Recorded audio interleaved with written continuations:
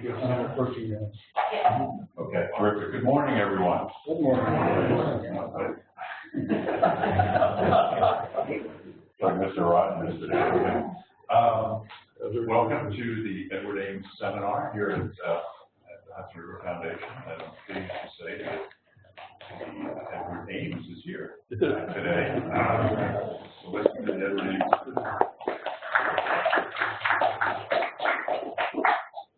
And in the room today, we have about, I guess it's about 20 people, and on the webinar, those of you that are watching, I think there's about 35 or so of you out there. So we thank you for coming and listening to what I think is going to be a really terrific seminar today. A couple of quick announcements that if you RSVP, that's great. You've got the information from you. If you didn't, then you sort of walked in and we don't have you somewhere with your email and address. See Sarah. I think you're going to have a sign-up sheet so we can keep track of you in the future and let you know about future seminars. Also, those of you that are on the webinars, if you haven't been on one before, it's kind of a one-way street. Orally, that is, that you'll be able to hear everything that goes on and see what goes on here. You can't speak directly to us, but you'll notice that there's a little chat box on your screen, and after our speakers are finished, we have a question and answer period, and you'll be able to write in questions, and hopefully our speakers will be able to address them. Today's seminar, we've actually got two speakers today, and we're going to hear kind of about, it's really one issue, or two projects that have been going on for the last couple of years, which have to do with submerged aquatic vegetation in the Hudson River. And after the extreme events of tropical storms Irene and Lee in 2011, there's a lot of water that entered the Hudson, a lot of sediment that entered the Hudson, and after the water and the sediment sort of washed downriver, what we were sort of missing were a lot of SAV beds within the river. We prompted a lot of concern about their status, and the Hudson River Estuarine Reserve folks, managed by Betsy Blair, held some meetings and a workshop several years ago and to try and figure out what were some next steps in looking at SAVs. What generated out of some of those coordinations and collaborations were a couple of proposals that we received here at the Hudson River Foundation to do some research about potential causes and likelihood recovery tactics for SAVs in the future. I won't say any more than that. The title of the talk kind of gives you a hint of what's gone on, and we'll be interested to hear more about that. So our speakers, you can speak first, Stuart. Okay, our speakers are Stuart Findlay and Neel. Maile is a associate professor at the. Not anymore. You're a full professor. Yay. And you're also the director of the Norton-Brown Herbarium at the University of Maryland. I sort of summarize or summarize your interest as being a geneticist, and the work that we've supported to Maile has to do with the genetics of SAVs and diversity of genes and so forth that she can better explain than I can, but very important issues with regard to understanding the resilience of SAVs. Stuart Findlay, one of the few people in the Hudson Valley that really doesn't need an introduction. Stuart's been an aquatic ecologist at the Institute of Ecosystem Studies up in Millbrook for 30 years. Seems like yesterday, Stuart, you started there. If you want to know anything about the lower food web of the Hudson River, Stuart is the guy. He knows all about that. And so Stuart was looking at where SAVs had survived and planning for future restoration. And of course, the work that they did, I think, I'll give you credit for what's happened with SAVs. But anyway, so we're in store for hearing two presentations. Stuart. Thank you, Dennis.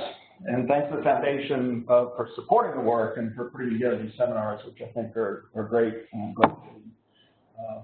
People made some trips here. I know some maybe our long distance winner today. Good to have you. So what you need to know about my part of this, you can sort of tell from both the title and the little picture here. So there's been comings and goings of SAV and the Hudson due to Tropical Storm Irene, and I will have the dubious distinction about talking about sort of the... Doesn't work. So why?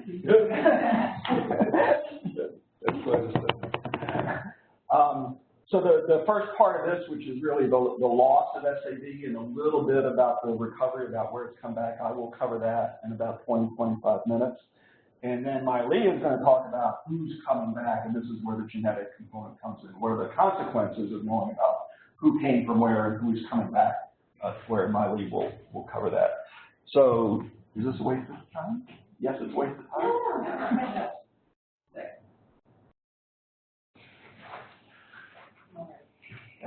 You have to really push it. So I'm going to talk a little bit about the sort of the underpinnings of what we know about SAV in the Hudson, and this work has been going on for over 20 years.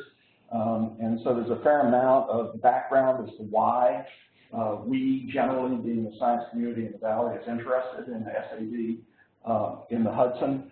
The plant we're going to talk about mostly is on your right here. It's Vallisneria. It's got a whole bunch of common names, most of which are confusing and incorrect. But I'll call it either Vallisneria or water celery, and sometimes just generically SAV. It's the most common taxa out there. And with almost any examination of habitats in any ecosystem, for that matter, it's typical to start off with sort of how much is there, and then what's it doing. And you usually know something about what it's doing before because you decided to study it. And then lastly, change. And the change has been big, and we'll get into that as we go. And this work has been supported both by the Estuary Program and the Foundation. So the inventory and sort of what it does, most of that work is published. I'm happy to come back and talk to you. Fish like it, invertebrates like it, it produces oxygen, all the usual sorts of stuff. And there was a fair amount of it. The change, we actually had a previous grant from the Foundation. We got all worked up because it was like a 15 or 20% change in SAV, and we had big analysis and complicated stuff. And then the real change happened. So these are various images of tropical storms, Irene and Lee, which were 2011, very late summer 2011. And probably many of you have seen these images or something very much like them. Huge impacts on the river. The color in that lower right picture of the Mohawk gives you a sense of how much suspended sediment was coming in. And so these plants live underwater. They need light. When the major tributary of the Hudson looks like that, you can imagine the light would have been a little bit of a problem for them. So we have a sense that something was probably not going to go well with these plants following these big events. So here's a few numbers about this, and again, I'm happy to go into this when we're done this morning. Usually about 6% of the river bottom was covered by Vallisneria. In particular, it was essentially wiped out by tropical storms Irene and Lee for reasons we'll get into in just a second here. The loss, knowing exactly how much was lost has been documented in a few different ways. Our best information is from a group of volunteers that goes out and does point-by-point observations every year, but there are other kinds of information. I'll touch on that a little bit as we get into it. But having these volunteers sort of document this is what happened, we kind of thought there were big changes, and sure enough there were. That was very valuable. And the loss, there were about 4 or 5 different hypotheses. Right after Irene, people thought, well, it's likely to go away. It could go away for one of these several reasons. And then the next year, it turned out, I guess, it had gone away. And people had their bigger explanation for why it had gone away. And there was a Polgar student that did an experiment in 2015, supported Polgar Fellowship from the Foundation, is now published. And essentially what happened is the new sediment came into the river, smothered the overwintering portions of these plants so they couldn't come up the next year. That's essentially what happened. And there were other hypotheses put forward, but this looks like this is probably the major major player in removing the plants from the river. And again, we can come back to that in questions if you want to get into that a little more deeply. So I want to talk about where we are now, and by now it's the end of this field season. There are still some observations to come in, and data analyses aren't complete, and all that sort of stuff, but it's pretty much up to date as to what's going on. And I'll show, in particular, the volunteer observations. And these folks have been doing this every year since, I think, 2003. And, you know, some folks have done it all the way through all those years, and we have people come and go and join the program and drop out of the program. But that's really our best information on year-to-year variability and where these plants are. And I'll show you two particular examples of the kind of information they generate. And there's also a lot of other information because people care about these plants and this habitat. And so the people that do the fish sampling for DEC, they record what kind of plants are out there. People are just casually out there and will report plants are present, not present. Tom Lake, for instance, does a lot of that kind of thing.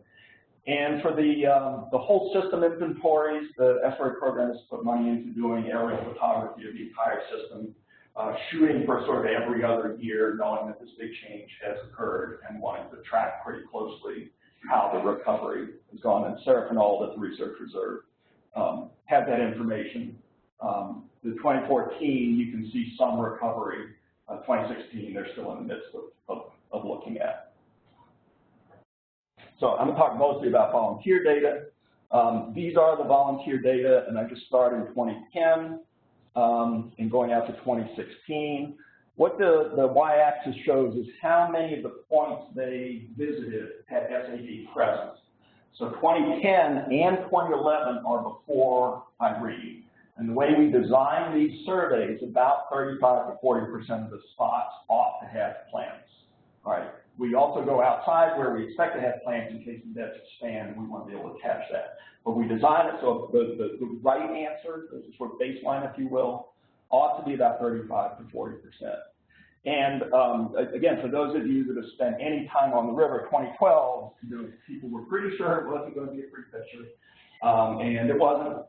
So, you know, significant loss of SAB, almost river-wide. There were very, very few places that there were still plants present. And since then, there's been recovery. It's been slow. I'm going to show you a couple of specific examples about how sort of slow and incomplete it's been. But the good news is there's signs of recovery. If this has gone to, you know, 7%, and we're still 7% in 2016, I think we'd be talking about some very different actions.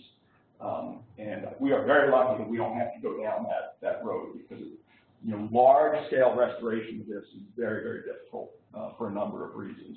So we're fortunate that natural recovery looks like it's happening. You know, it's probably not as fast as we like, and there's some interesting aspects about who's coming back where that Maile is going to talk about, or who came from where and who's coming back to where. How about that Maile will talk about. But there is recovery. So we're kind of, I think the consensus at this point is wait and see how things play out. Don't do a whole lot of active stuff at this stage, although we have been getting prepared, I should say. So here's an example of how sort of, I'm going to move over here so I can use my arms for something other than dragging my knuckles on the ground. So this is Stockport Flats. For those of you that know the area, this is Stockport Creek that comes in up here.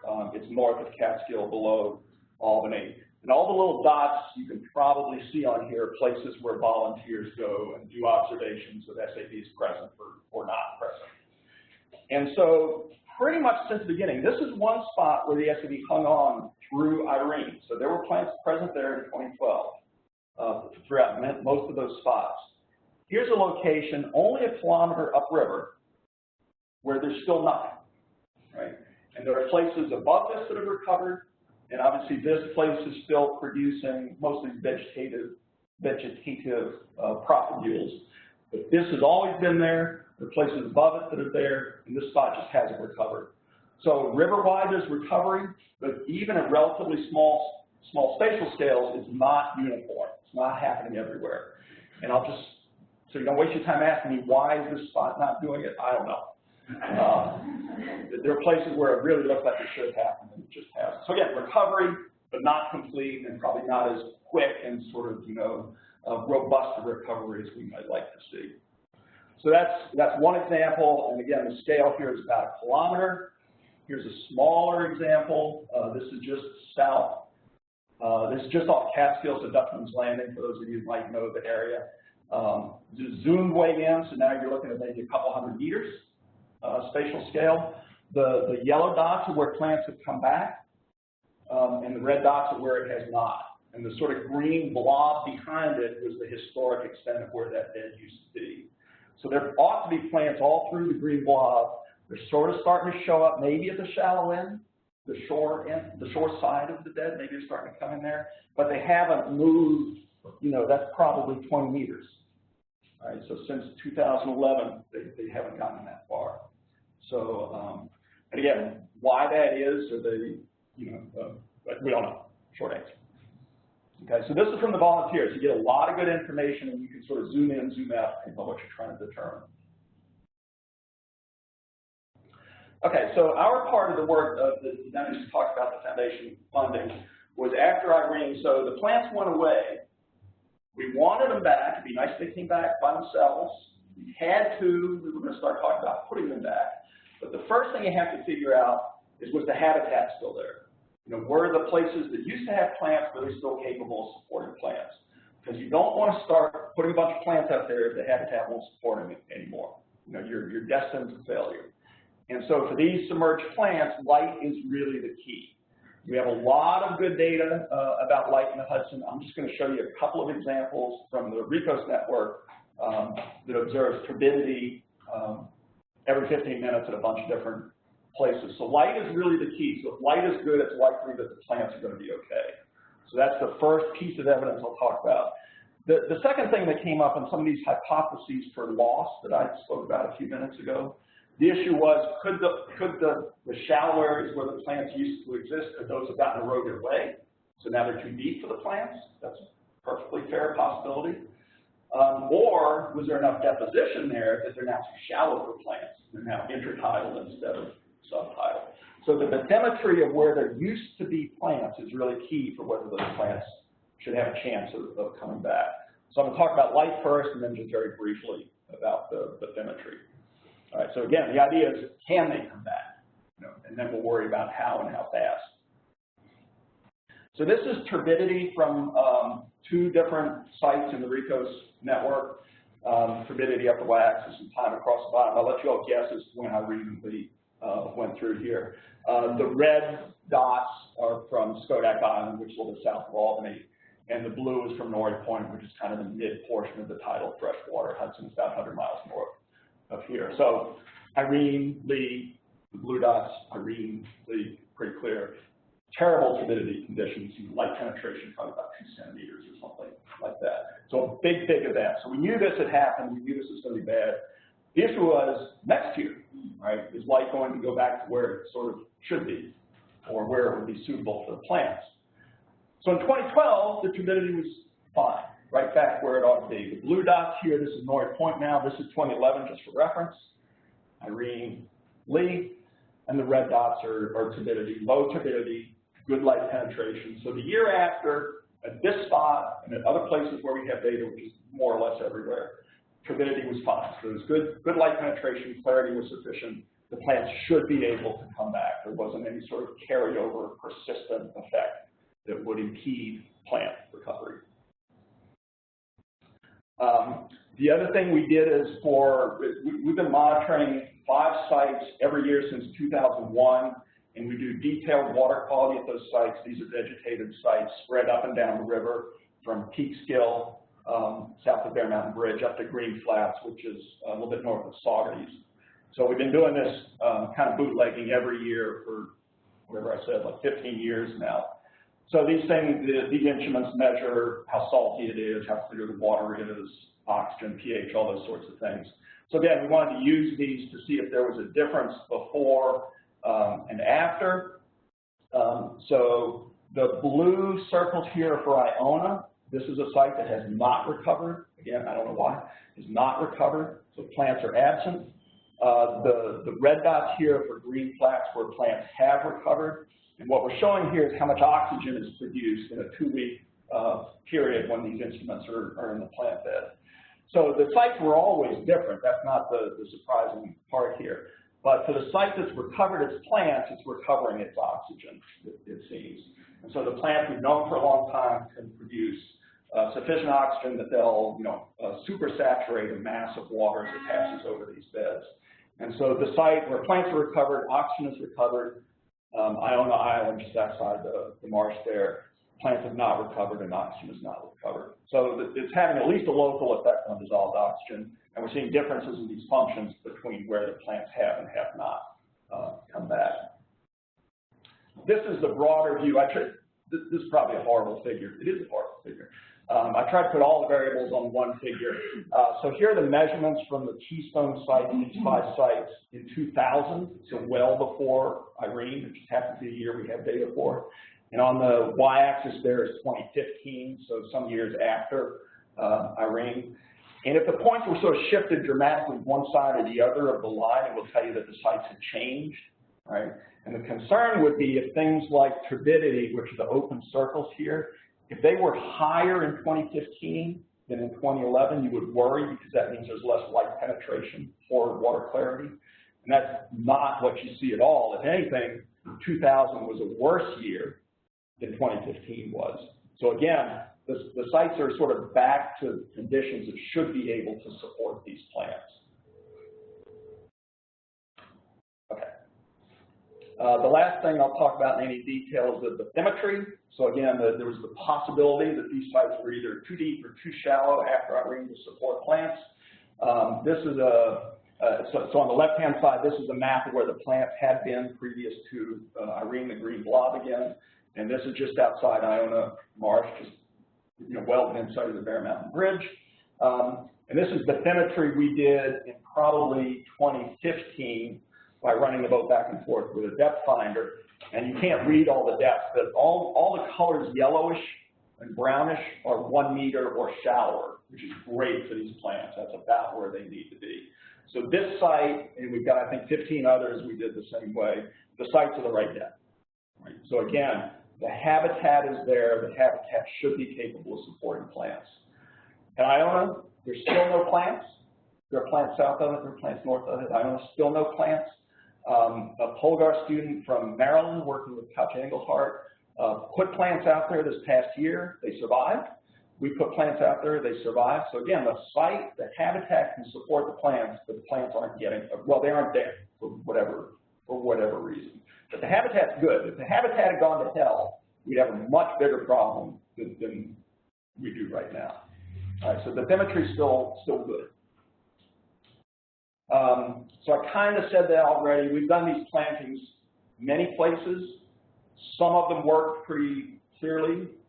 Some of them we can't find them again, or we know for sure they're not there. All right, but there are enough positive results, enough sort of good news sites that we're happy to say that SAD can come back. The volunteer data show it. The aerial photos show it, although they haven't finished with the quantitative aspect of that. SAD can come back. It appears to be a pretty slow process. So on that note, so we've gotten to here. So you're one step in.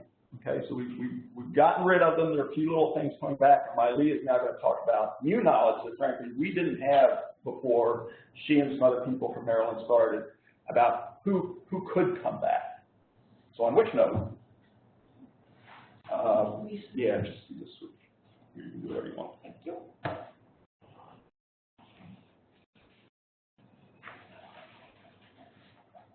The other one. And then could you go back up to the area that wasn't at the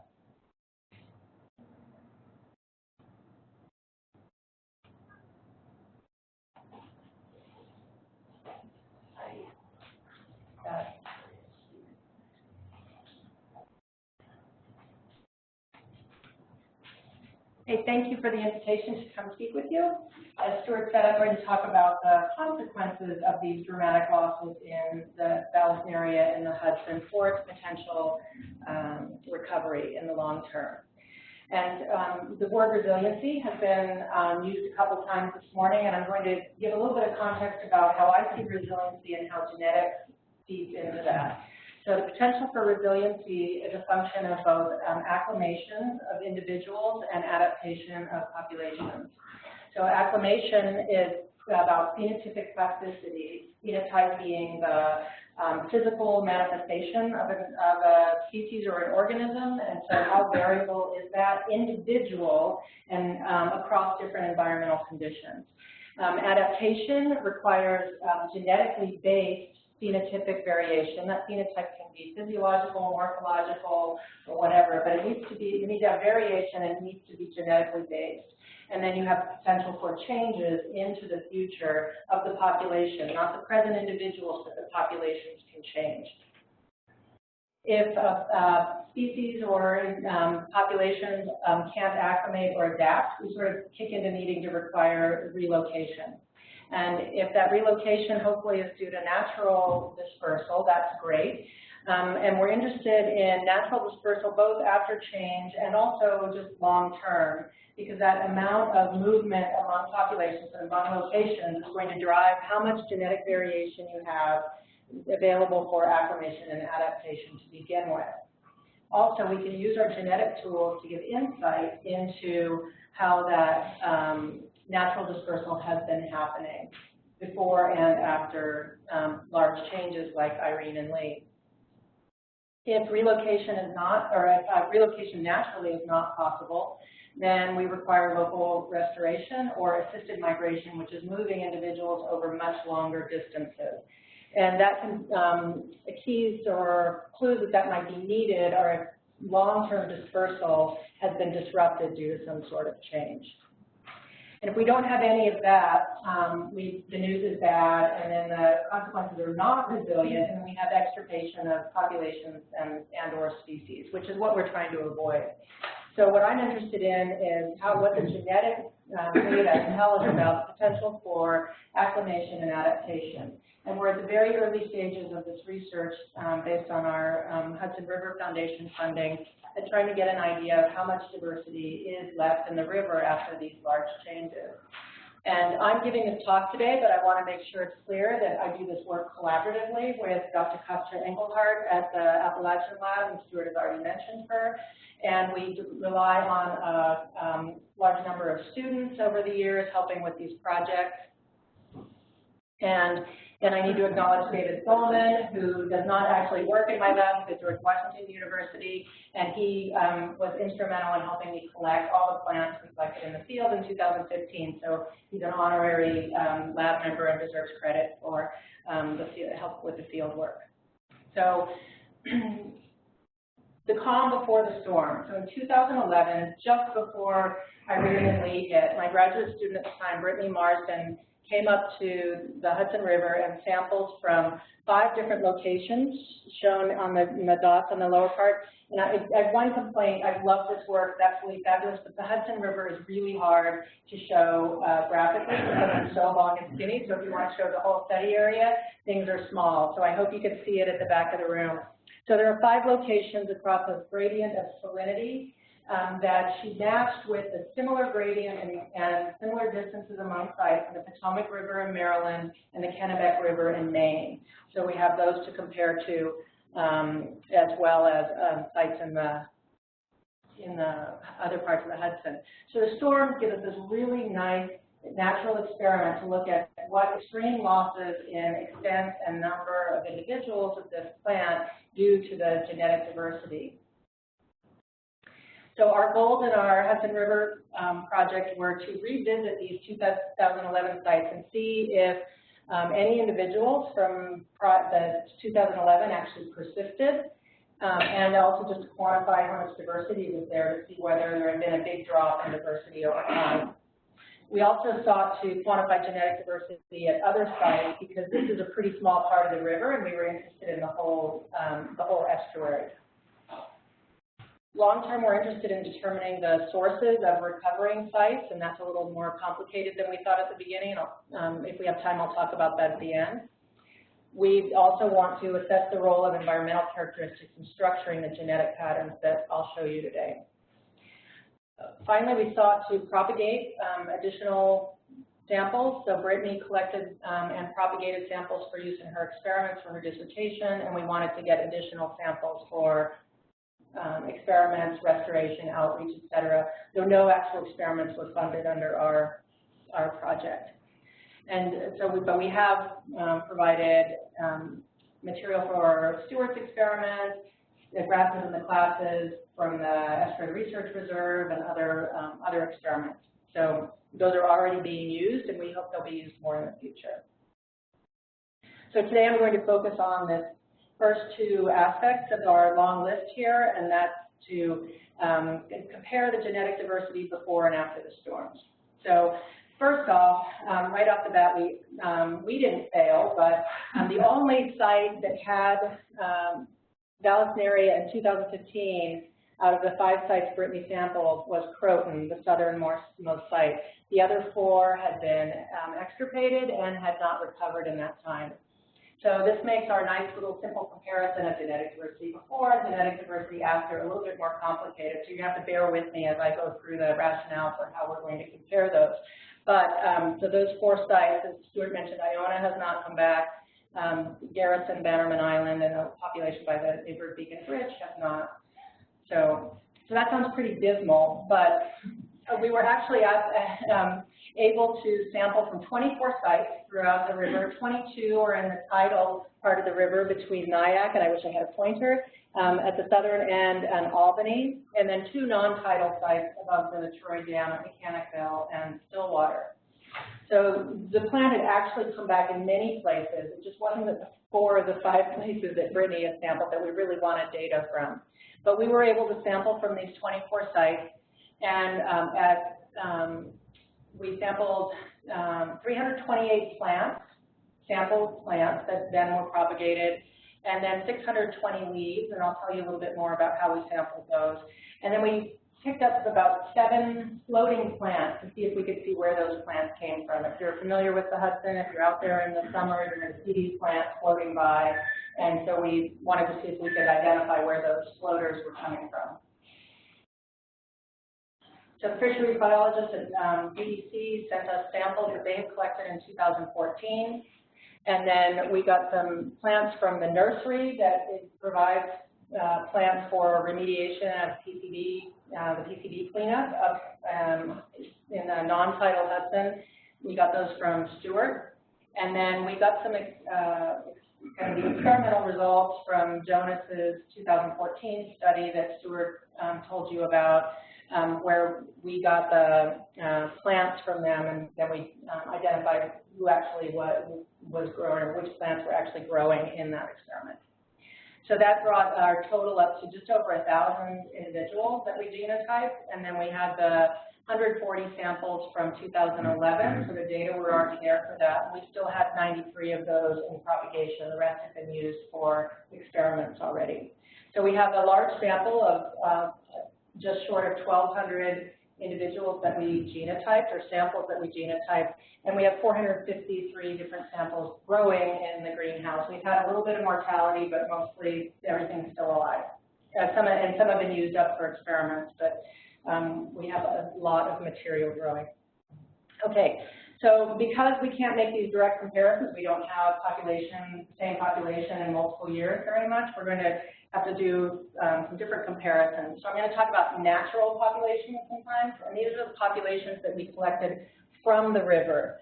There were some in 2015 and some in 2011.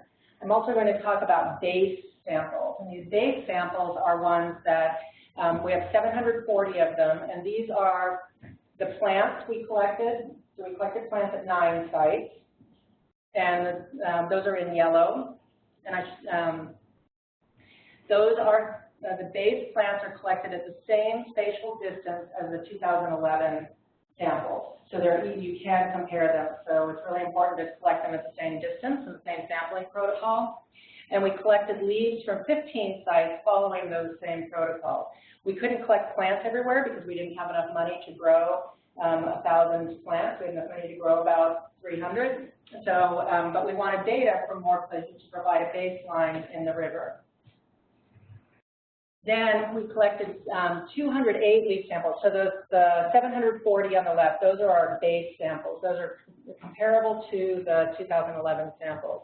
We collected an additional 208 leaves at some populations within a meter or two of other plants to get a better idea of the clonal, the distribution of clones within populations. So Vallisneria grows both clonally and reproduces by seed. We wanted to know the distribution better within populations. But these were specifically targeting clonal individuals. We were trying to find out where clones were growing, so it's not fair to compare those back to the 2011 samples. And then we collected our floaters, as I mentioned. So these are our natural populations. The DEC plants are also included in the natural, but these are our natural 2015. Okay, so base samples, and then the natural includes base plus these other things. So for each of these samples, we collected them in a field. We get a GPS location for every single one. We know exactly where it came from. We process them, send the plants to the Appalachian lab where Katja grows them. We extract DNA from every single one, and then we genotype each of them at 10 microsatellite loci. And if genetics was a really long time ago for you, I'm going to go through what a microsatellite locus is and all the terminology so you have an idea of what I'm talking about. So microsatellites are just short regions of DNA. They're highly repetitive, and they mutate really quickly, so you get a lot of variation. So a locus is just a specific location in the genome, and this one is an actual one from an individual NYA24 from Iona, and each locus has 2 alleles. Sometimes those 2 alleles are different from each other, and sometimes they're the same. And when they're different, like we have here, so and then what we score on the microsatellite is just its length. And so this profile is showing you there's one that's 178 units long and one that's 181. So that gets scored as a 178, 181. It has 2 different alleles. It's a heterozygote. We do that same thing for all the other 9 loci, and so you get microsatellite genotypes for each one of those, and sometimes they're the same. So at the second locus over, those are 159, 159. That would just have 1 peak, and so both alleles are the same there. That's a homozygote. Across the whole individual, we count up how many of those loci, so there's 10 loci there, we count up how many of those are heterozygous. And then it's just a proportion of heterozygous loci. And the reason this is important for resiliency is that homozygosity, which is associated with inbreeding, is well known to cause detrimental effects to fitness. And inbreeding among the Spanish royalties, among many English royalty, and then in animals, it's well known, but it's also known in plants. So we have in the left-hand photo, the left-hand corn plant is an outbred plant, and then the right-hand ones are successive generations of selfing of that line. And you can see that the growth of the plant declines. On the right-hand photo, the 2 outside small ears of corn are 2 inbred lines. You breed those together and you get an ear like the middle one. So you get huge benefit from heterozygosity. And this is one of the most fundamental things about genetics that affects sort of ecological performance is the degree of heterozygosity in individuals. So we care about it. So we scored our 1 individual, and then we take all the alleles at all loci combined, and that gives us a multi-locus genotype. So combining all those, that's the identity of that individual. It's exactly the same as we do, people do for forensics, for identifying who was a murderer, who was a perpetrator, or doing paternity analysis. So with multiple loci, you can guarantee that you can identify somebody with a very low level of probability of making mistakes. So this is 1 individual here, and this was the 16th one we identified, and that's just multi-locus genotype number 16. So now we've gone through one of our nearly 1,200 individuals. We do another one, and look at that. It's got exactly the same genotype as the first one. So we get the signs multilocus genotype 16. We sample another one from another site, and it has a different multilocus genotype. That happens to be clone number or genotype number 50. So we've done this for all of our samples, and every one of them, except for the ones with missing data, we have 8 that we couldn't classify, are assigned to some sort of multilocus genotype. What that is the individual. So if we sample people, I sample you, I'm not going to go over here and sample you again if you're still sitting there. But with this plant, because it grows clonally, I can sample individual number 16 here, and I can go over there and I can sample that same individual again. And it's the same sexual reproductive event that generated both of those. It's just grown clonally. Okay? So this tells us how many actual individuals we have in our population.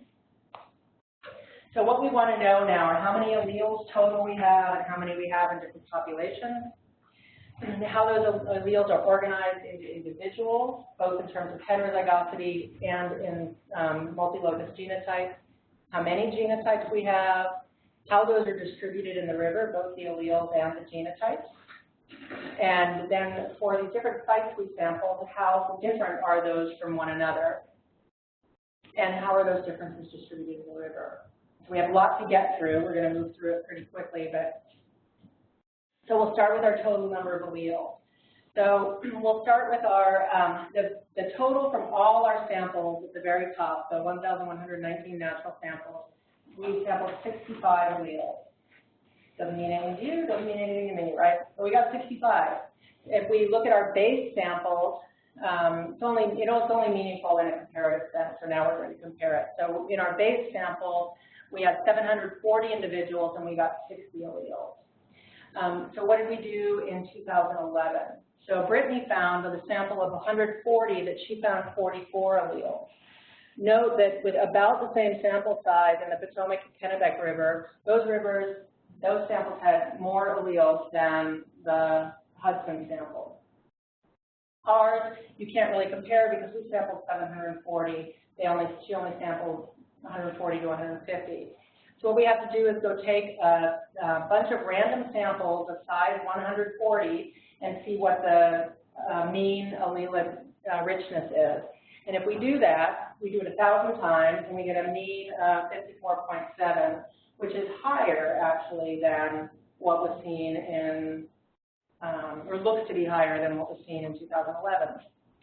So although we're sampling the same number of individuals, remember we're sampling these from up and down the Hudson, from Nyack to Stillwater. So it's still not really a fair comparison. So I'm going to break up the river into just 3 general zones, an upper zone, a mid zone, and a lower zone, and do this rarefaction is what the technique is called. Sample those. So there's 140 samples over and over and over again in each of these different zones. And the lower river looks to be lower diversity even in 2015. So this high diversity we get if we look at the total here, but it goes away in just the lower samples. So if we take samples of the same size as in 2011, that the number of alleles in the lower part of the river is lower. However, all of those are still a lot higher than what Brittany found in 2011. So on the left now, my sample sites are arranged, are coded by the number of alleles. And so the larger and darker the dot, the more alleles in that population. So this is now, over here, this is total, and now we're looking by population on the right. So there's a few things to note. One is there's not a ton of pattern, but what I see is that the only places we have high allelic diversity, so the large dark dots, are in that middle portion of the river. And that if you look in the lower portion of the river, they're all in the lower, not the lowest categories, but lower than the more northerly parts of the river. Also, what I try and do in each of these graphs, or charts, because they're hard to read, I put the label only by the locations that are rather extreme. So the location labeled there are by low diversity sites. So one of the things to note, though, is two of them, Kingston and Esopus, those are really small sample sizes. So they're not like they're really depauperate. There were just very few plants there. In fact, there were 3 plants in each of those locations. So you can't have a lot of alleles. You don't have a lot of individuals. But I would like to point out there's not a huge amount of spatial difference there as far as I can see. So we're going to move on now to observed heterozygosity. Let me make one more point there. That is, what we don't see is a dramatic loss of genetic diversity post-2011. We see, if anything, we're detecting more, but I think it's more that the populations that we're picking up actually are a little higher than the ones that are lost. But we don't see this drastic loss of diversity that we feared or that you might expect with the degree of extirpations you saw. Okay, the other really good news is observed heterozygosity. These individuals are really highly heterozygous. So there's no indication of inbreeding anywhere in the river. So the lowest that we see is up in Stillwater and Mechanicville, but even those aren't horribly low. And when we compare them to the expectations we would have based on the allele frequencies of the population, they're not deficient. So that's really good news. We're not dealing with a lot of highly inbred populations. We don't have any drooling Vallisneria in the river. Okay, so now we're going to move on to genotypes. So these are our individuals. So out of the there were 8 samples we could not get full genotypes for, and so we couldn't assign those to multi-locus genotypes, but we were able to get complete genotypes for the remaining 1,111 samples. And those were assigned to 470 distinct genotypes. And then we use an index where it's basically the ratio of genotypes to samples calibrated so that a score of 0 means there's 1 genetic individual in a population, and a score of 1 means every sample you took is unique. And so the score, the genotypic diversity score here is 0.42. And from my experience in the Chesapeake Bay and Potomac River, this is low. But remember that we had those 208 samples that we were specifically targeting clones. So maybe that's the source of that. If we take those out, we lose some genotypes. We're down to 422 genotypes, and our genotypic diversity goes up to 0.47. That's still not all that impressive. So there's a lot of clonal growth here. So more than half the samples are part of some other, are part of some multi-locus or multi-sample multi-locus genotype. One thing we found the most alarming is when we sampled all 32 nursery plants, they were identical. They're all 1 individual. And so if they may have more up there, but the ones that we sampled from Stuart were all 1 individual, and then when we sampled Jonas's experiment, same individual from the previous year. So these plants are being put out and above the dam in the restoration for the PCB cleanup. They're basically putting out 1 individual. So they may put out lots of stems, but they're genetically identical. So now let's compare genotypic diversity in 2011 versus 2015. So for our 2015 samples, we found 348 genotypes with genetic diversity similar to what we saw before. So Brittany found the Hudson River in 2011 had way fewer genotypes and way lower genotypic diversity than the Potomac or the Kennebec. So for about the same sample sizes, look at that. Hers are 0.52, and the other rivers are up above 0.8, 0.86, and that's more what I'm used to, where you have some clonal growth, but you've got a lot of sexual reproduction as well. So the Hudson's quite different. So, but remember, we have to rarefy ours so that it's on an equal footing, and if we do that, we get 95 multi-locus genotypes and a little bit higher genotypic diversity, but still lower than the other 2 rivers that were sampled in 2011. Once again, though, no huge dramatic losses of genotypes, just like we saw with the alleles, with this really drastic event that happened in the river. once again, we have to be concerned that my 95 multi-locus genotypes in the 2015 rarefied sample are kind of over-optimistic. And so you can see that there's a lot more possibility of picking up different genotypes if your 140 samples come from throughout the river than if they come from within each of these zones. And here the lower river is much lower in genotypic diversity than the mid to upper river. And not so different than the 2011 population. So these are much more congruent. So now we look by population. And similar to the allelic diversity, so this is genotypic diversity now, that index that goes from 0 to 1. Larger, darker circles are more diverse in terms of genotypic diversity. So that's the proportion, basically the proportion of samples that are unique.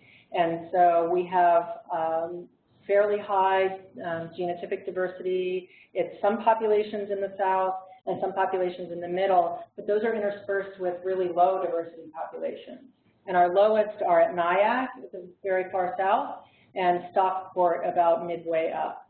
Those are the lowest overall. But that's a little bit hard to see on that graph, so I'm going to show you the same information a different way. So in this graph, the sites are, on each bar is a site, and the sites are sort of north to south. So this graph mirrors that map. So the lowest bar there is Nyack, and the top bar is Stillwater. And the extent those bars go to the right tells you how much genotypic diversity is in one of those sites.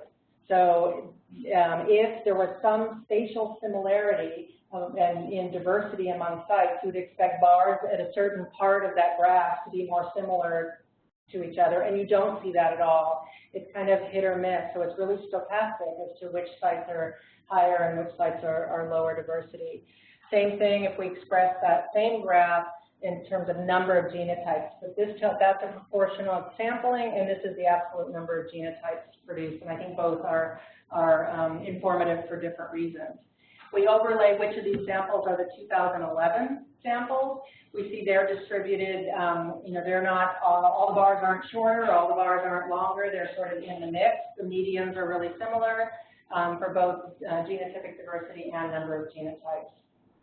So if we had our 5 samples that we could go back to, and our 5 samples now, it would be really easy to compare these, but we have to go through all this because we're kind of comparing things we didn't sample before with things that we did and trying to make these comparisons as legitimately as we can.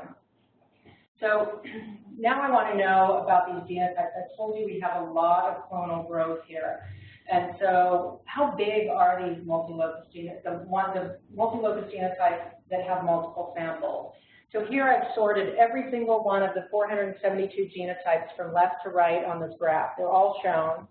And then the y-axis is the number of times that genotype was found. So most of these were sampled one time. That's that low bar going all the way across. All of a sudden you get out here and there's a bunch of genotypes that were sampled twice, 3 times, 4 times, and so on, with the highest being 67 times. We picked up one of these clones in 67 different samples. So 129 of them were detected more than once. And this indicates that 27% of the genotypes are contributing to vegetative reproduction in the river at the scale that we sample. So that's a lot of vegetative reproduction. Not that there isn't any sexual reproduction going on, but there's a lot of vegetative reproduction.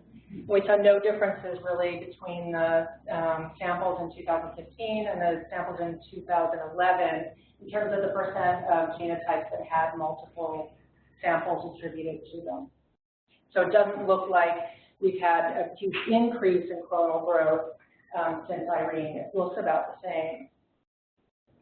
So if we focus in now on the genotypes, these are the 120 genotypes with more than 2 or more samples. For these, we calculated, for all of them, we calculated the maximum distance among samples of the same genotype. And then for those that had at least 3 samples, we calculated the minimum convex hull polygon. So just draw a line around all the dots, the smallest line, polygon you can, that contains all the individuals of that multilocus genotype. And so we can see how big those are in area and in just the maximum distance between samples. So it gives us 2 other ways. So we looked at their size in terms of number of different samples, and then we look in basically where those samples are located relative to each other.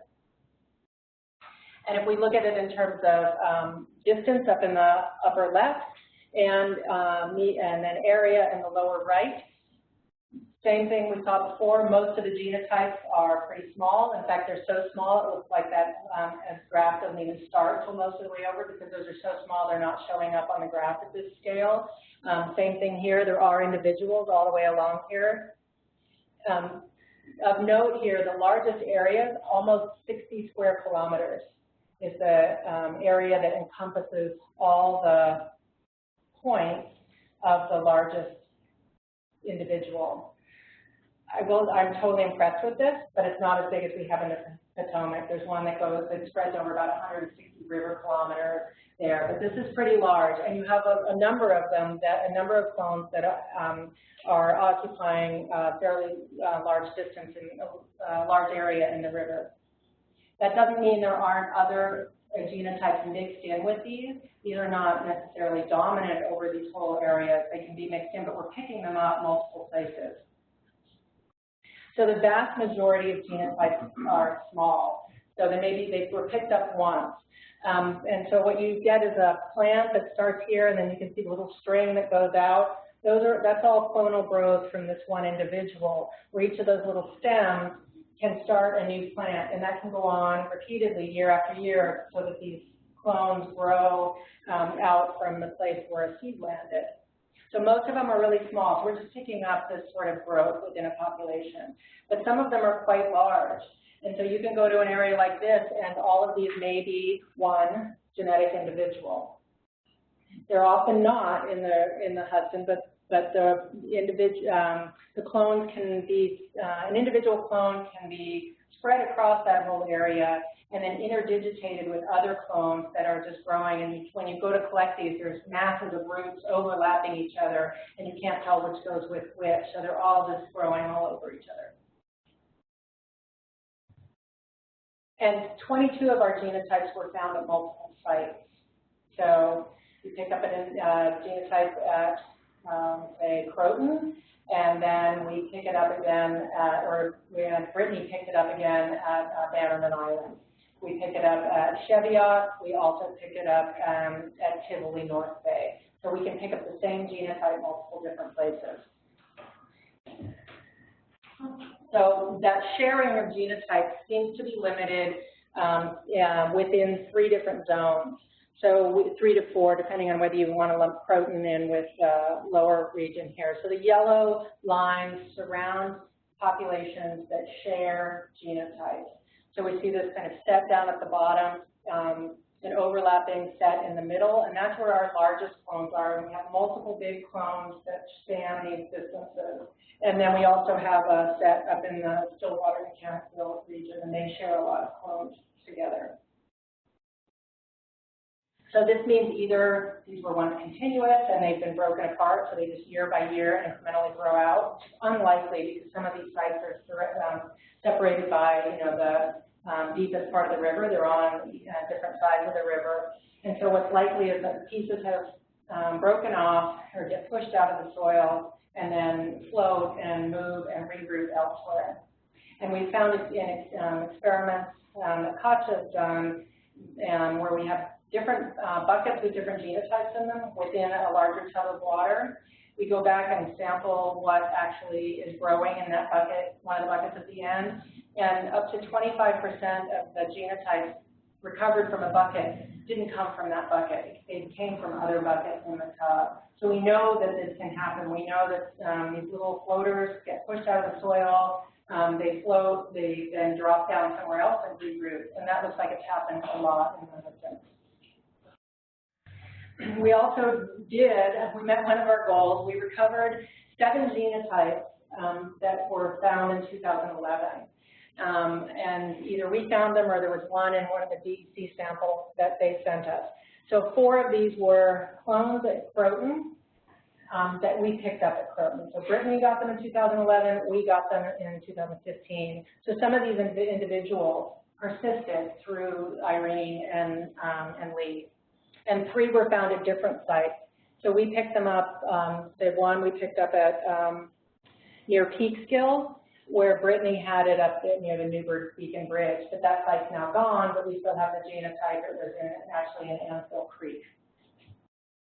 So we thought that was pretty cool. Okay, so I spent a lot of time on genotypes, and remember these are fundamental because these are our individuals.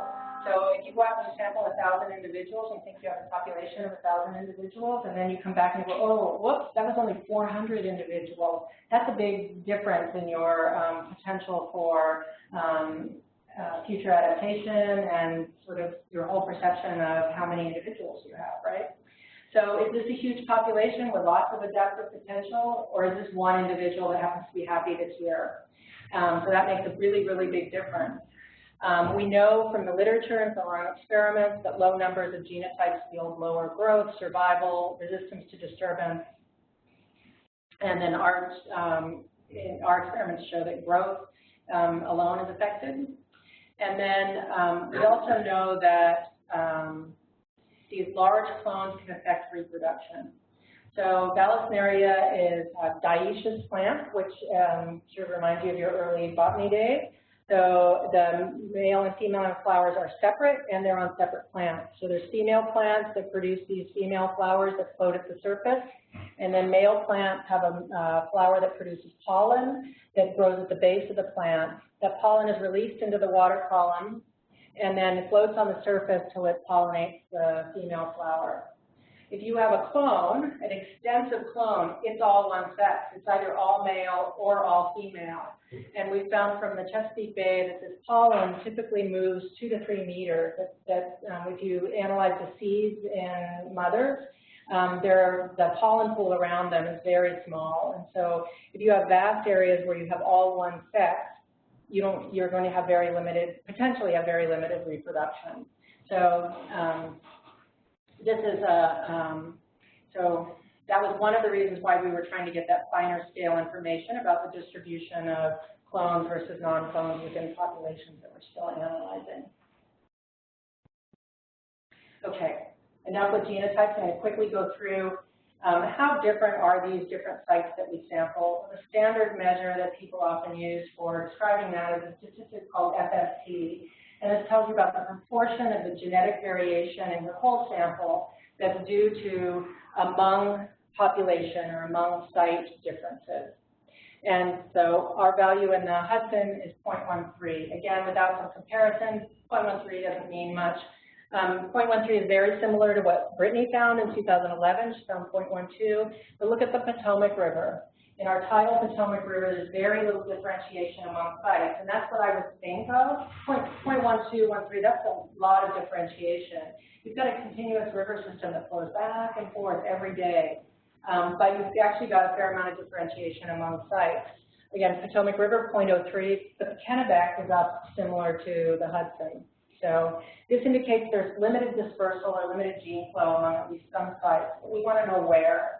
And so we use we'll apply many more tests to this, but right now we've used a program called Structure, and this has 2 steps. First is to identify you throw all your data in, you don't tell it where the population, what's the population and what's not, and then it uses a maximum likelihood approach to find the most likely number of populations, and then it also uses an overall Bayesian approach. So it starts with the most likely number of populations. And when we do that, we try everything from 2 to 9. And the program tells us that 3 was the most likely number of genetic populations. And what it's trying to do, it shifts individuals around iteratively until it minimizes the deviations from the Harney-Weinberg expectation. And so it's trying to make them into the most likely genetic population. And then we assign every individual to one of those genetic populations. So the actual sampling populations are shown on here. and the population is surrounded by a black box, and then every individual is a line within there, and you can see it most easily where there's a green one right here. That's one individual, and the probability of its assignment to any one of those three populations is shown by its color. So you have some that have high assignment to that one population, and some that have high assignment to another, and others that are kind of mixed up. Well, conveniently, I ordered these from north to south, and so we can flip this graph and line it up with the river. And so we see three general populations. I'm happy with the one at the bottom, and I'm happy with the one at the top, but the middle is pretty mixed up, right? So, but if we say the lower part of the river is one unit, and the upper, and you can debate on where you want to draw that boundary. I took a shot at it there, but you have a lot of movement in the middle zone that's not going on between the lower, middle, and upper. So things are kind of moving through that middle zone. So it does look like there are three different units within the river. Okay, I'm going to summarize now the results. So we have relatively low genotypic and allelic diversity, but these were low in 2011. We don't see that there were huge losses as part of this storm event. Nursery plants are all one genotype. This has big implications for restoration using those plants. And vegetative reproduction is really common. Also, when we were out, we surveyed for several months in the summer, and I'm used to seeing fruits and lots of flowers, lots of pollen floating on the surface, and we did not see a lot of vegetative reproduction, and we didn't see many mature fruits in our whole time in the river. We see no significant inbreeding, which is great. We do see restricted gene flow with potentially 3 genetic populations based on the structure analysis and 3 to 4 zones based on vegetative dispersal. What we've yet to sort of figure out, which will be part of our ongoing research, is the role of adaptation versus just simply dispersal limitation in setting up these different apparent genetic populations. And that will make a huge difference, and we'll talk about it more when we open up the conversation. But if there's some sort of local adaptation in these different parts of the river, perhaps to salinity gradient or something like that, then that's very different than just these plants are dispersal limited and they're just setting up a genetic neighborhood that could have no adaptive significance.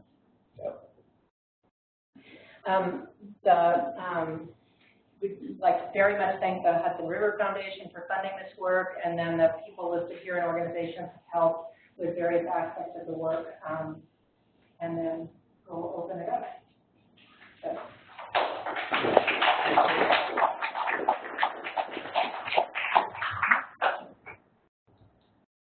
So, in going through this and talking with both Maile and Katya, there are certain things we're sort of ready to recommend at this point, and then right after this, we've got open questions. So this is, I think we're in agreement that we need to record what we've learned so far, because we've learned a lot, and it would probably cause us to do things a little bit differently next time an event like this happens, which I hope is not terribly soon. One thing we're pretty clear on is that we're not terribly well prepared to respond to the quick things that happen like this. This was a storm. There are plenty of other nasty things that could go wrong, and we're not really as ready as I think we probably ought to be. And then this issue, I mean, you've heard Maile talk a lot about the fact that there's high diversity out there, and the diversity seems to be sort of spatially isolated. Sure. Correct me when I step off the deep end here. I never took genetics. All the pre-meds took genetics. There's a lot of diversity that looks like it matters to where these things are, and we don't want to lose that. Right now, where this diversity is, there's some in the river, and there's some at the Appalachian Lake. So we want to maintain this. And then, so that's what I think we're pretty agreed on, that we're ready to put forward as sort of actions. And then here's Go ahead. okay. I see. Okay. So the question is, we took essentially no action as far as trying to kickstart restoration or recovery in this particular series of events. Looking back, should we have done something more active, or we're sort of waiting for natural recovery that's now 6 years out? Is that okay? I don't know. Maile talked about all this diversity. Does it matter functionally? The fish like hanging out in one genotype better than another? Does one produce more oxygen than another? She's touched on it. Can one live more places than another? I think we don't know. I don't know. We don't know. I don't know for sure. And then, if you're going to do active restoration and put plants out, are you going to put something there that came from there and you're pretty sure it would survive, or should you put a diversity there and let them sort of sort it out themselves?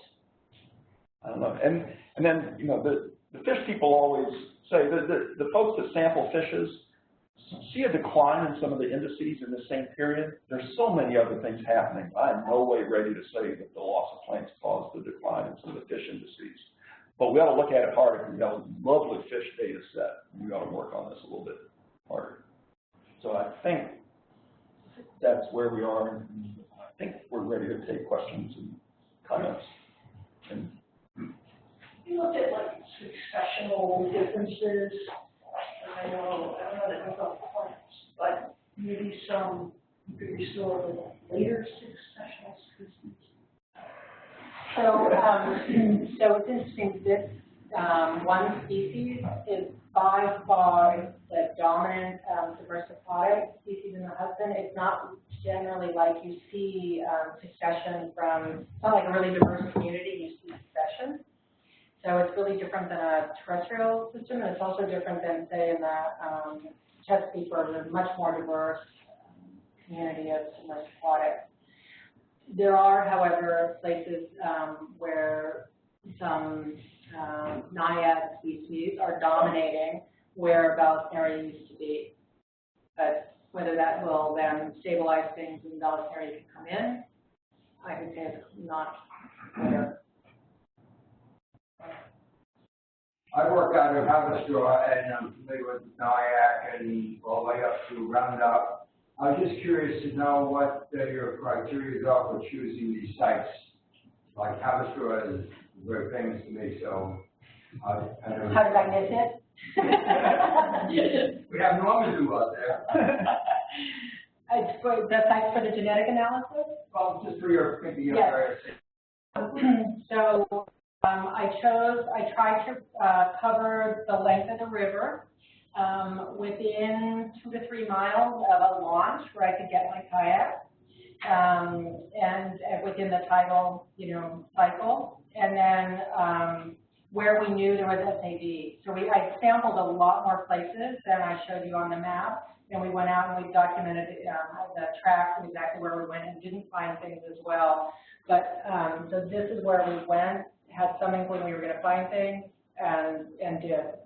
So that's. And then there were places where we went because there would be a gap, and I would feel like there just had to be something in between, and I wanted to fill that gap. And sometimes we got things, and sometimes we didn't. So.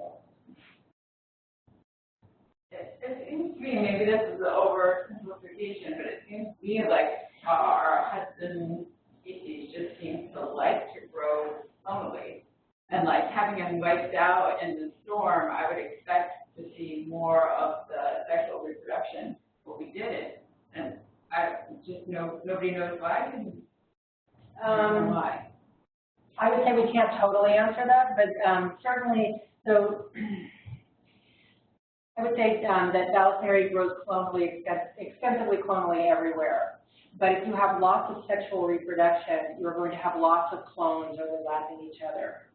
I think that, so the difference here, and they may compete with each other, so maybe they don't get, each one doesn't get that large. Here, you don't seem to have that much sexual reproduction, at least in the year that we were out. I don't know. In general. And so that was actually a real surprise, and that I don't think we know why. But I think one of the things that when we're still in the process of analyzing these data, and we don't have a really good idea of sort of where things are colonizing from. One of the reasons is your allelic diversity is low enough that we can't often tell.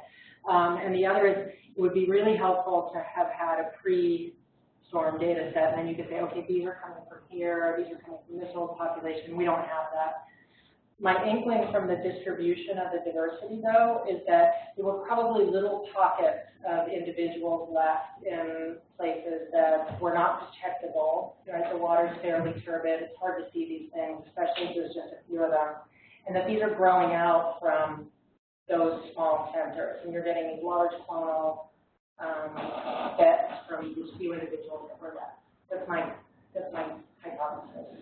So we do know that there are some patches that did persist, and Stockport Flats is one, and I think what you call Turning Point is another.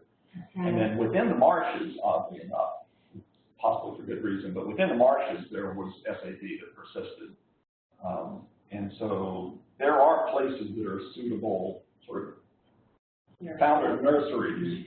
Whether that's really what they are, I'm not sure that it's possible to tell, but it's not like every single nanogram of Alcinaria was removed from the river. There was some possibility for recovery that could happen. I think here, yeah, I just understand it too. It would seem, one would guess that basically it's sedimentation rate and quality that sets the habitat distribution, and basically that was gone after the storm and then came back. I'm wondering if you have any data or metrics. It can be, so the kind of like specific velocity gradients, the sediment goes away when velocity gets to a certain point. Do you have, say, even the number of habitats that could support the plant up and down the river, or a metric to get at that, or sediment quality to assess that? Yeah, so we can answer, so we know that where the plants used to be. We sort of just fortuitously, we caught the maximum extent of the plant, which was probably about in 2007. So the green blobs I was showing was the maximum extent where the plants had been, and those are all up and down the river. And that was that 6% number. And so how many of those have plants now? When we get to aerial inventories from the reserve, we'll be able to go back and say 70% of those places that used to have plants now have plants. But if you look at the conditions where those plants were, where those same conditions are throughout the river, you can map the total potential extent, which you've done. Right. So I think where they were in, what I said, 2007, I think that was about the maximum extent. I think that was pretty much everywhere they could be at that point. Could you now, if somebody handed you a pile of sediment, say they should be here? I mean, is that you told me how deep the sediment came from, yes. Okay. All right. Yeah. So the nature of sediment doesn't even matter all that much. Okay. But these things, it's an amazingly competent Okay. A damn weed at the same time. What's that? Oh, a damn weed at the same time. Yeah. A good colleague, Dave Strayer, never get him to stop calling them weeds. He's gone now. I'm confused on one point.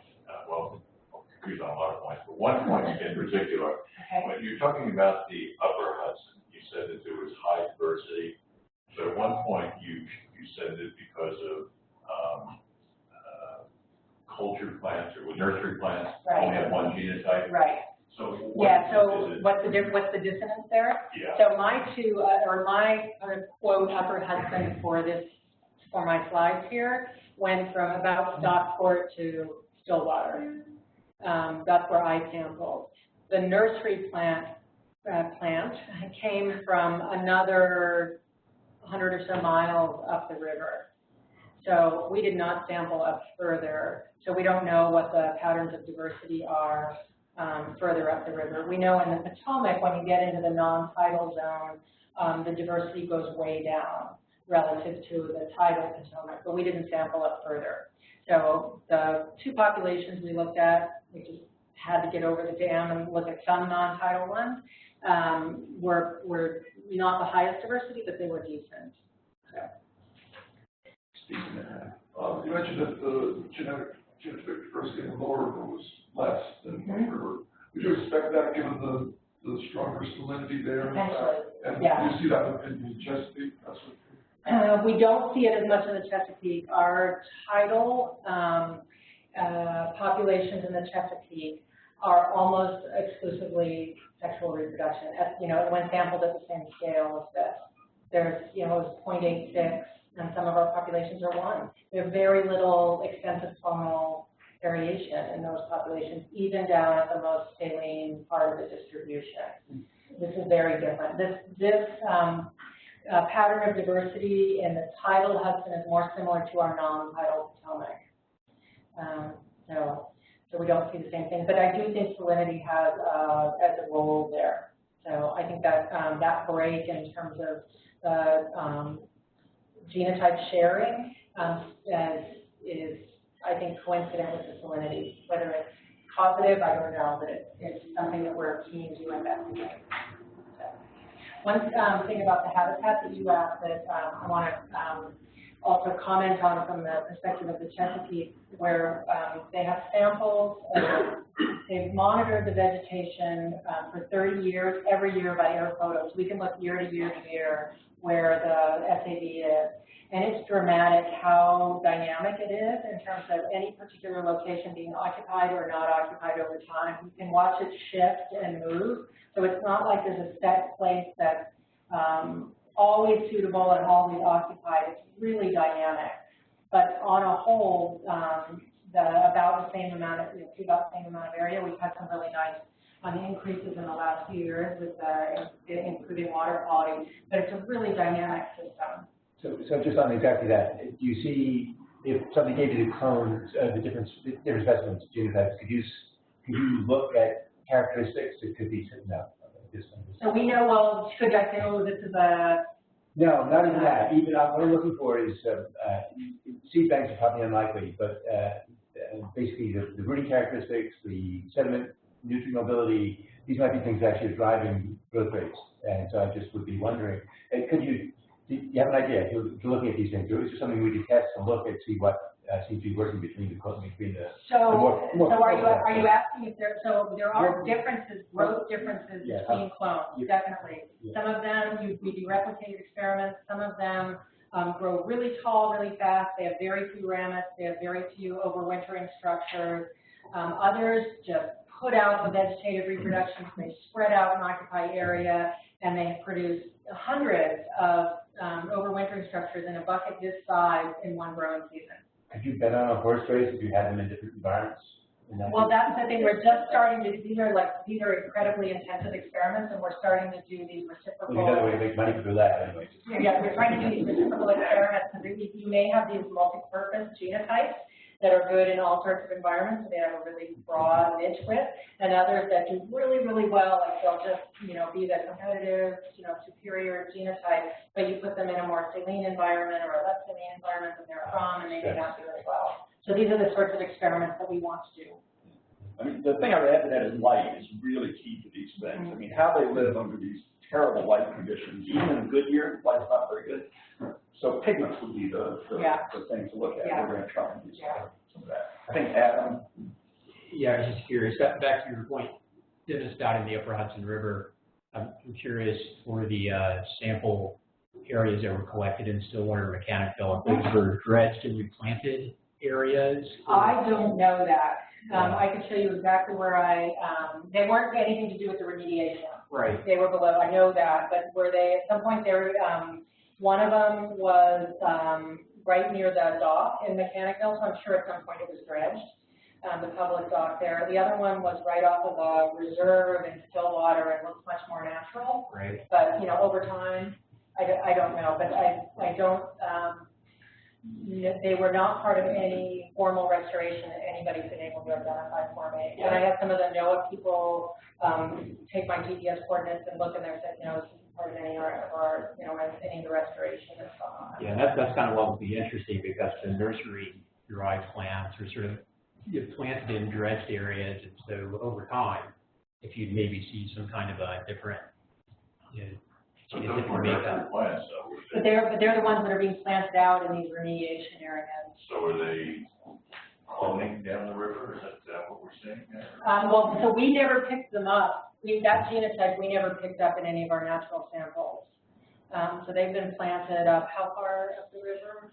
Well, the nursery plants, the source to the nursery plant comes from about probably 30 miles north of where you sample. Okay. Right. They come from a feeder canal. Right. Right. Right. So and I thought it was way further north when I looked up at that. Probably about 30 miles or so. Champlain feeder. Yeah. Right. But so when so I thought it was further up, but we don't pick up that genotype in any of our natural sampling. Okay. It's not, whether if we sampled further up, closer to where it came from and closer to where it was planted, it would be interesting to see where we started picking it up, but we never saw it. Okay. Does that make sense? It does. Okay. Do you have a record of the native versus invasive? Say that again? The native species versus the invasive? Well, what about them? Do you know which ones are which or what proportion? Like, are the invasives more likely to be clonal or? Not necessarily. I mean, I think all we can say is the ones that Brittany found in 2011 were native, and all the stuff that's come back, no one, except for these nursery plants, no one has moved anything in. Right. Intentionally, So you're asking a but- different question. Are you asking about invasive species, or are you talking about invasive species? So different species, so like the naiad or the hydrilla or the water chestnut. I don't, like, if you step back from this river, there's no, history. yeah, there's no, like, invasive species are typically more clonal than non-invasive species. So I don't think you see that generally in the plant world. I'm not sure that that's what you're asking, but. Also, terrestrial ones that I think the invasives seem to be, I guess I'm thinking of really invasive things, like porcelain vine berries in the area.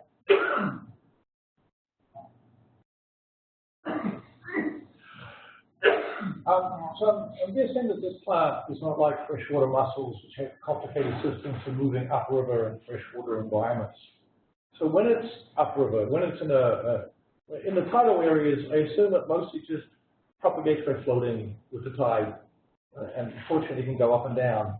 Right. As soon as you're in freshwater, other than some accident that gets it upriver, some drifting, Waterfowl. something unusual. So you're going to get just naturally a drop-off in genetic diversity because of that nature.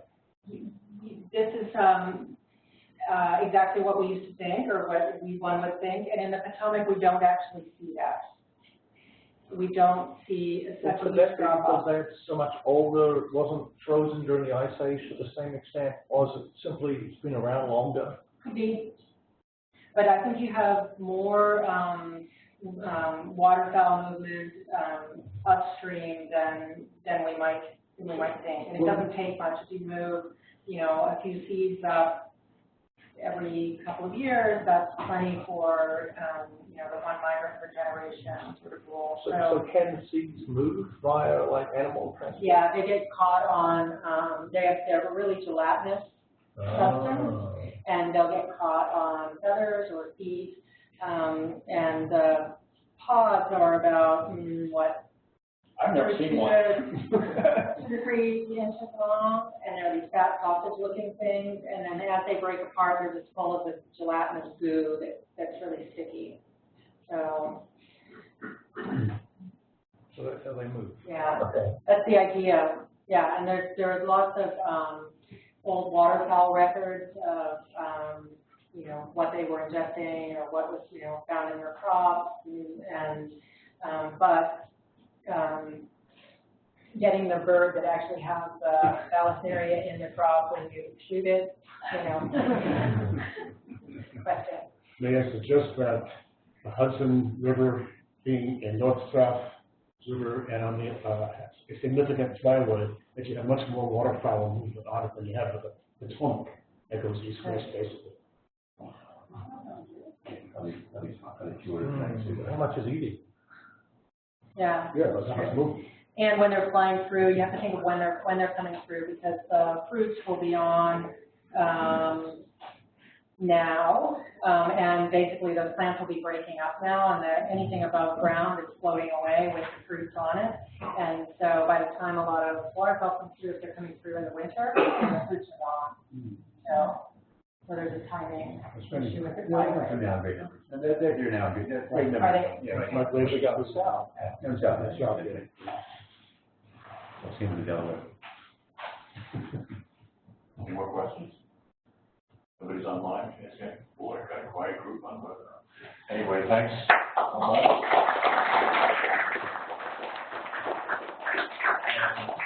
really got turned on to this genetic stuff, you'd be interested to come to our next seminar, which will be on Wednesday, December 13th, where we'll hear about eels and the genetic eDNA that's involved in restoration and understanding more about eel migration. John Waldman and colleagues at the WCS and humans are going to be here. Hope to see you back in December. Thanks.